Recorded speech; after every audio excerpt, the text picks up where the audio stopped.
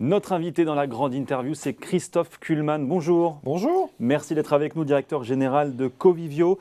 On vous a connu sous le nom de Foncière des Régions, mais ça c'était avant, comme dit la pub. Des activités donc, dans l'immobilier de bureau, dans l'immobilier d'hôtellerie, dans le résidentiel. Et des résultats donc 2021 qui ont été publiés hier soir et qui sont plutôt bons, même très bons, on peut le dire comme ça. Résultat net à 924 millions d'euros, ça c'est record absolu pour votre entreprise. 600 millions d'euros de revenus locatifs avec une hausse de un peu plus de 3%. Et le résultat EPRA, qui est un peu l'indice de suivi dans vos métiers de l'immobilier, en hausse de 6,6% à plus de 400 millions d'euros. Quand on regarde ces chiffres, Christophe Kullmann, vous vous dites quoi?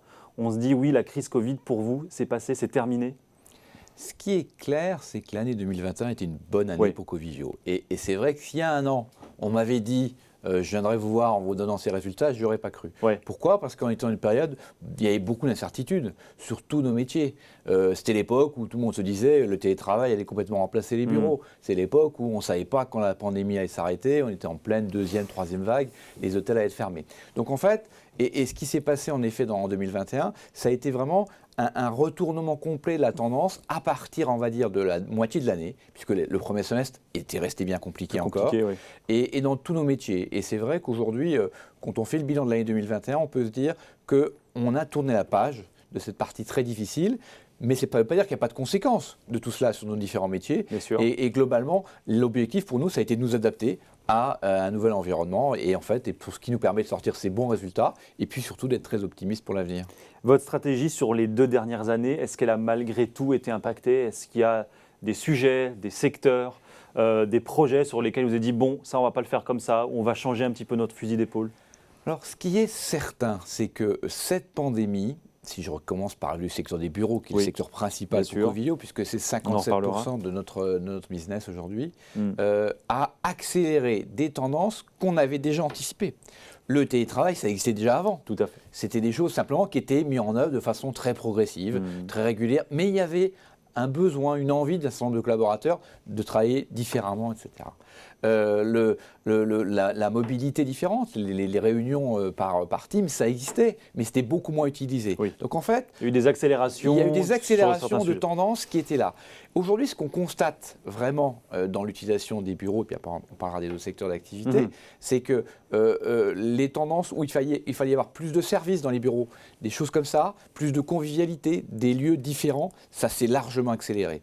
Et ce qu'on voit aujourd'hui, c'est que le phénomène principal qui était aussi un peu là, mais qui s'est vraiment accéléré depuis un an, c'est la polarisation entre des quartiers centraux d'affaires où la demande est importante, où pour attirer des talents, parce que la guerre des talents aujourd'hui, elle fait rage dans les entreprises, et pour ça il faut des beaux bureaux bien localisés, avec des services et des lieux où on a envie de se retrouver. Et ça, c'est ce qu'on essaie de proposer à nos clients. 145 millions d'euros de revenus supplémentaires dans les 5 à 7 prochaines années, ça c'est votre objectif. Comment est-ce que vous allez faire? Qu'est-ce que vous allez vouloir développer et comment vous allez vous y prendre? Vous ne comptez pas, j'imagine, exclusivement sur la progression du marché. Il y a plusieurs facteurs par rapport à ça. Et le premier, c'est l'hôtellerie.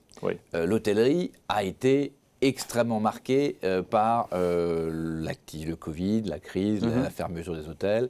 L'hôtellerie, c'est que 15% de notre business, mais ça a été l'activité qui a été la plus marquée. Et on imagine qu'il y a à peu près 70 millions d'euros de revenus qu'on doit pouvoir récupérer dans ce secteur d'activité. On a récupéré une petite partie déjà en 2021, mais bien sûr l'essentiel, c'est ce qui doit arriver dans les années qui viennent.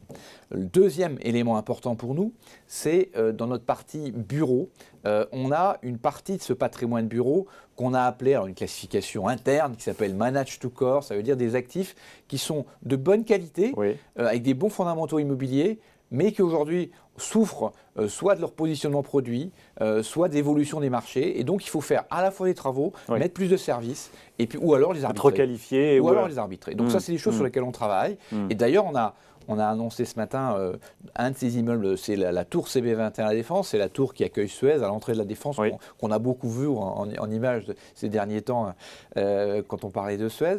Cette tour, elle n'est pas uniquement occupée par Suez, il y a beaucoup d'autres clients et on l'a complètement transformée. On y a mis beaucoup plus de services, on a changé complètement son look et aujourd'hui, elle est quasiment entièrement occupé. On a 7000 m² d'accords locatifs depuis le début de l'année, donc ce n'est pas dans les chiffres de 2021, et qui montre qu'en fait, quand on apporte quelque chose de différent, un produit adapté, ça fonctionne. Déficit de logement allemand, ça vous l'aviez bien sûr senti depuis un petit moment, et pour preuve, puisque désormais c'est un tiers de votre patrimoine, le résidentiel allemand aujourd'hui. À peu 28%, c'est 28%, quasiment voilà. un peu moins d'un tiers. Est-ce qu'il y a encore des relais de croissance justement sur ce marché en 2022, puisque effectivement ça pèse 28% chez vous, donc c'est quand même pas. C'est un marché important. En effet, le résidentiel allemand, dans lequel on croit depuis une quinzaine d'années, et on s'est beaucoup renforcé au cours des dernières années, notamment sur le marché de Berlin, qui est un marché qui était très en retard en termes à la fois de loyer et de valorisation. C'est un marché. Les chiffres de l'année 2021 sont éloquents. 14% de création de valeur, de progression de valeur sur ce patrimoine, 4,5% d'évolution à périmètre constant des loyers. C'est un marché sur lequel on a encore investi. On a acheté pour 200 millions d'euros en 2021 de logements à Berlin. Et c'est un marché sur lequel, aujourd'hui, nous, on considère qu'il y a encore beaucoup de potentiel. Les prix au mètre carré à Berlin, moyen dans notre portefeuille aujourd'hui, c'est 3 400 € du mètre carré. Voilà, vous comparez ça à l'ensemble des capitales européennes, même des grandes métropoles européennes, il y a encore un gap très important. Et aujourd'hui, ça se traduit par quoi? Ça se traduit par un écart très significatif entre ces valeurs dites blocs, qui sont celles dans nos comptes, et quand on voit l'unité de logement, on a entre 50 et 70% de marge par rapport à ces chiffres-là. Donc aujourd'hui, clairement, il y a encore beaucoup de potentiel. On a également sur ce secteur mis en place des projets de développement immobilier. Donc on construit des logements aujourd'hui, et notamment sur Berlin, l'essentiel dans les conserves, mais on en vend aussi une partie avec des marges très significatives. Sur le résidentiel, justement, on parle de plus en plus de resserrement monétaire, on parle de plus en plus de crédits immobiliers qui vont être de plus en plus coûteux avec la hausse des taux que la plupart des marchés anticipent, en tout cas si on en croit les marchés européens. Est-ce que ça risque pour vous de créer des difficultés d'achat, des difficultés peut-être sur la gestion, sur la vente de vos projets? Est-ce que vous l'anticipez ça aujourd'hui? Alors, la question des taux d'intérêt, il est clair que les taux d'intérêt sont en train de remonter. Aujourd'hui, c'est un Même fait. Si pour l'instant, Christine Lagarde à la BCE n'a pas officiellement confirmé, c'est pour ça qu'on prend des pincettes. En tout cas, les taux à long terme se sont tendus, etc., légèrement, mais ils restent à des niveaux historiquement bas. Quand même, on parle de l'OAT à 0,50, 0,70, et les taux courts sont toujours au même niveau. En effet, ces taux n'ont pas encore bougé, même s'ils devraient remonter un peu. Aujourd'hui, ce qui est important pour une société comme Covivio, c'est que nos revenus, ce sont des revenus indexés, essentiellement sur des indices qui sont liés à l'inflation, à l'indice du coût de la construction. Donc en fait, s'il y a de l'inflation, et si les taux d'intérêt montent, c'est parce qu'il y a de l'inflation, on a des revenus qui vont progresser. Notre dette, elle est essentiellement à taux fixe, couverte aujourd'hui, et alors plus de 80% de notre endettement est couvert sur une durée de quasiment 7 ans aujourd'hui. Donc en fait, on a des revenus en cas de hausse de l'inflation et des taux d'intérêt. On sait bien qu'il y a quand même un lien entre ces deux indicateurs. On a un impact immédiat favorable sur nos comptes. Après, la question plus structurelle, c'est de dire est-ce que cette remontée des taux d'intérêt peut avoir un impact sur les valorisations et sur en effet les taux de capitalisation qui nous permettent de passer du loyer aux valeurs. Aujourd'hui, alors là, il y a plein d'experts de la place qui font plein de simulations, mais ce qu'on entend et ce qu'on lit, c'est qu'il y a encore de la place entre une remontée des taux d'intérêt et une remontée des taux de capitalisation. Pourquoi? Parce que l'écart, le spread qui existe entre les taux de capitalisation et les taux d'intérêt était, à la fin de l'année dernière, encore à des niveaux historiquement élevés. Donc en fait, il y a donc encore, on prend 50 points, 170 points, on ne sait pas, d'écart avant qu'il y ait un quelconque impact sur les taux de capitalisation. Donc pour vous répondre précisément, à court terme, je ne pense pas qu'il y ait d'inquiétude à avoir sur ce sujet. Bon, on va revenir très rapidement sur le bureau parce qu'on vous en avait parlé, on en parlait en introduction, c'est 57% de votre patrimoine chez vous environ. Est-ce qu'à l'heure du télétravail, justement, des changements de consommation, de changements d'habitude de travail, est-ce qu'aujourd'hui ça ne devient pas un petit peu votre talon d'Achille quand on en a une très grosse partie dans le portefeuille? Est-ce que vous le considérez comme ça, vous, chez Covivio? Pas du tout. Aujourd'hui, on est très heureux de ce patrimoine. Et en fait, par contre, ce qui est clair, c'est qu'il faut le transformer. Et on a un seul chiffre sur l'année dernière, je crois, qui est symptomatique de ce patrimoine, c'est 188 000 m². On a commercialisé l'an passé 188 000 m² d'immeubles, de bureaux, dans le cadre de nouveaux baux signés, et on a renouvelé 100 000 m² sur des immeubles existants. 188 m², c'est 50% de plus que ce qu'on avait, le plus fort score qu'on ait jamais réalisé. Ça veut dire quoi? Ça veut dire que quand on est capable de produire des produits adaptés à la demande, on trouve des clients. On trouve des clients et on a beaucoup de sujets, je dirais, de livraison de l'an passé. L'année dernière, on a livré pour 116 000 m² de bureaux, essentiellement à Paris, mais aussi à Lyon et à Milan. Ils sont occupés à 96% aujourd'hui. Ça veut dire quoi? Ça veut dire qu'il faut en effet transformer nos locaux, mais il y a une vraie demande. Et nous, on est persuadés qu'il va y avoir une évolution du marché du bureau. Oui, vous avez un vrai travail de transformation effectivement d'immobilier bureau en résidentiel notamment. Et qu'est-ce qu'on fait? Vous avez apporté la réponse que j'allais apporter. Je vous ai précédé. Mais c'est exactement ça. En fait, il y a des bureaux dans des zones centrales attractives sur lesquelles il y a des loyers qui progressent. À Paris, à Berlin, à Milan aujourd'hui, les loyers dans les quartiers centraux ont progressé en 2021, donc ce qui peut paraître paradoxal par rapport à ce qu'on se disait sur le bureau. En périphérie, c'est souvent pas le cas, et il y a des zones qui deviennent beaucoup plus compliquées. Donc la stratégie qu'on a mise en place chez Covivio, mais ça on l'a mis en place avant la pandémie, on avait d'ores et déjà constaté qu'il y a un certain nombre d'immeubles, de bureaux qui étaient dans les zones sur lesquelles il n'y avait pas d'avenir en bureau. Mais est-ce qu'on a envie d'aller habiter dans des zones de bureaux? Est-ce que, alors je prends l'exemple de Paris, vous allez à Boulogne, à Issy-les-Moulineaux, dans tous ces quartiers un peu neufs avec des très beaux immeubles, mais le soir il ne se passe plus rien. Est-ce que vraiment on a envie d'habiter dans ces endroits-là? Mais ce n'est pas ces endroits-là qui sont visés les principaux. Je donne des exemples de ce qu'on fait. Aujourd'hui, on a à Nice un immeuble de 25 000 m² de bureaux qui était occupé par EDF, qui a été libéré là. C'est dans un quartier qui est mixte, résidentiel, bureau. On va faire du logement. Et la collectivité nous accompagne dans ce mouvement-là.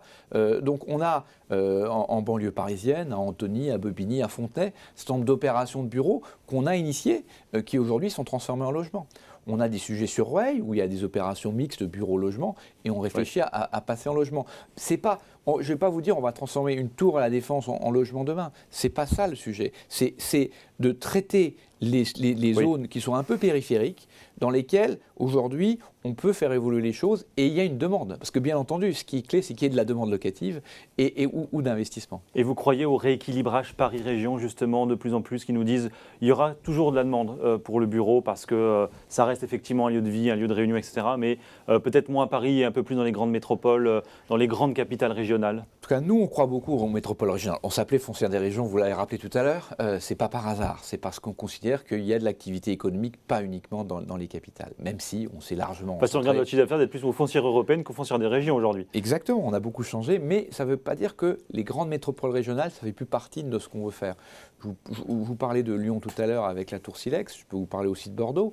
On a lancé l'année dernière un projet tout proche de la gare TGV, avec OnePoint comme partenaire, qui va d'ailleurs occuper une bonne partie de cet immeuble, et qui est un des clients qu'on accompagne sur d'autres sites. Donc pour nous, il y a bien entendu ce qui est clé, c'est qu'on soit sur des zones d'emploi fortes et dynamiques.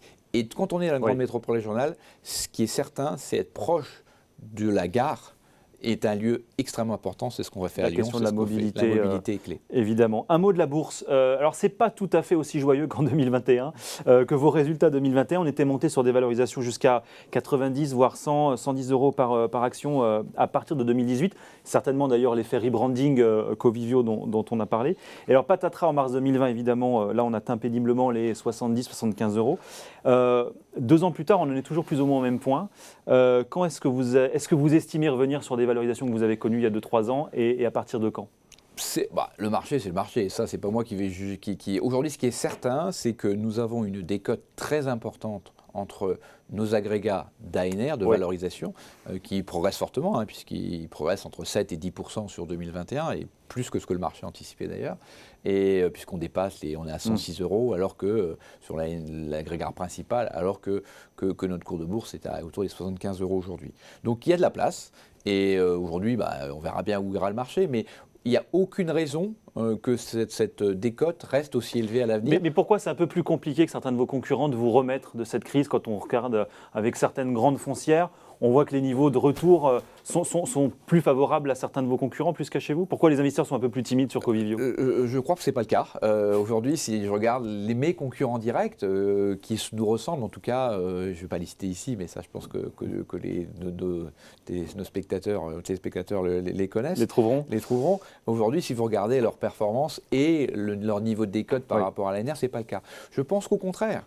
Et aujourd'hui, Covivio, compte tenu de ses caractéristiques, de sa diversification, de son pipeline de projets, qui est clairement aujourd'hui un élément de création de valeur future, de la stabilité que lui apporte le résidentiel en Allemagne, présente beaucoup de garanties et pas mal plus que d'autres. Et je suis persuadé qu'à un moment donné, ça reprogressera et que le point actuel d'entrée est sûrement intéressant sur le cours de Covivio. C'est quoi la stratégie en bourse à vocation à prendre un peu plus de place, vous, dans les mois, les années à venir?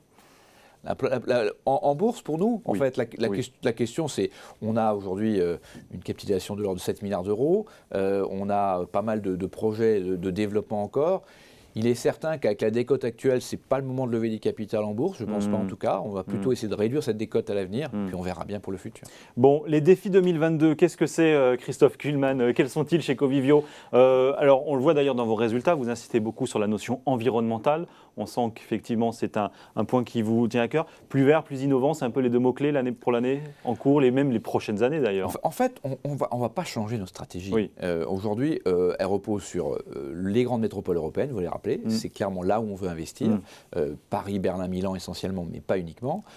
C'est le développement immobilier, c'est des projets de développement multiproduits dans ces différentes capitales. On a par exemple, on a lancé l'an passé construction d'une tour à Berlin sur Alexanderplatz, au cœur de Berlin, une tour de 60 000 m² qui est mixte, bureau, logement, commerce. À Milan, on aménage le futur village olympique, en tout cas tout ce qui entoure le village olympique de 2026. On a beaucoup de projets qui vont continuer à arriver on sent qu'il y a une tendance à la mixité justement sur tous ces projets-là. Oui, on voit bien.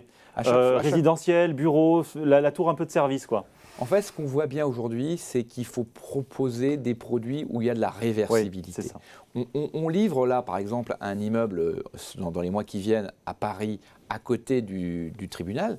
C'est un immeuble dans lequel il y a à la fois un hôtel et des bureaux et quelques commerces en pied d'immeuble. Et aujourd'hui, cet immeuble va être livré là, dans ces stream buildings, on le voit en ce moment. Il va être livré et il est intégralement commercialisé. Donc il y a une vraie demande, mais ce qu'il faut, c'est une vraie réversibilité de l'usage. La capacité de transformer l'usage en fonction de la demande et des fonction de l'évolution, parce qu'en effet, les usages évoluent. Et nous, ce qu'on essaie de faire avec nos différentes activités, c'est ça. Dernier élément important de notre stratégie, c'est les services. Je ne l'ai pas souligné, mais c'est clé. Et aujourd'hui, être proche de nos clients, c'est un élément clé dans tout ce qu'on fait. Et bien sûr, avec tout ça, l'idée d'être le plus vert possible. Mais l'ESG, ce n'est pas que l'environnement, c'est aussi le social et la gouvernance. On travaille sur ces trois aspects en permanence. Merci beaucoup, Christophe Kullmann, d'être venu nous voir. Merci à vous. Directeur général de Covivio sur Boursorama aujourd'hui.